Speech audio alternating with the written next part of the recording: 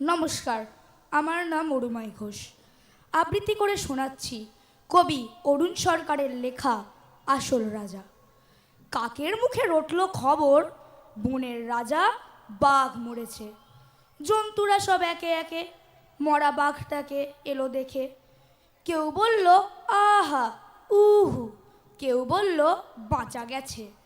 কদিন পরে বলল সবাই বাঘ মরেছে, বনের একটা রাজা তো চাই। কে তাহলে রাজা হবে? শিয়াল তখন চুপি চুপি মাথায় দিয়ে গাধার টুপি লাফিয়ে উঠে সিংহাসনে বলল হুক্কা হুয়া রবে, বলল সেই রাজা হবে। ভালুক বলল এই বেয়াদব, ওখান থেকে নাম এখুনি।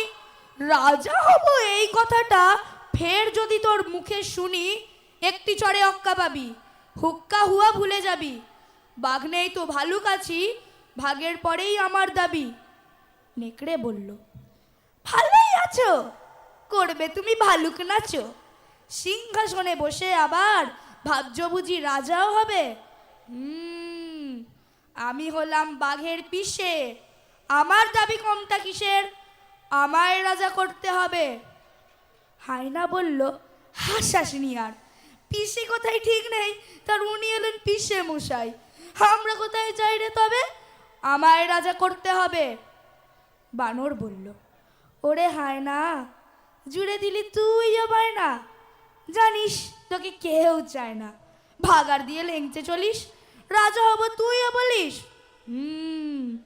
আমি বানর, অর্ধেক নর, বনবাসী, বুদ্ধিজীবী। আমায় রাজা করতে হবে, সবাইকে বলে দিবি। শুয়োর বলল বাদরামি রাখ, গাছে আছিস গাছেতেই থাক। পেটটা যখন দেব ছিঁড়ে সব বুদ্ধি বেরিয়ে যাবে, আমায় বেশি ঘাঁটাস নিরে। আমি যখন গো ধরেছি, আমায় রাজা করতে হবে। সবাই চেঁচায় ঘো ক্যাক ক্যাক, ঘো ক্যাক ক্যাক, ঘো ক্যাক ক্যাক। পন্তুল পার হট্টগোলে।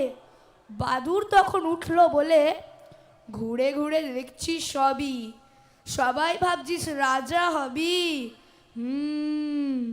শিয়ালকে কি আর দেখছিস কেউ?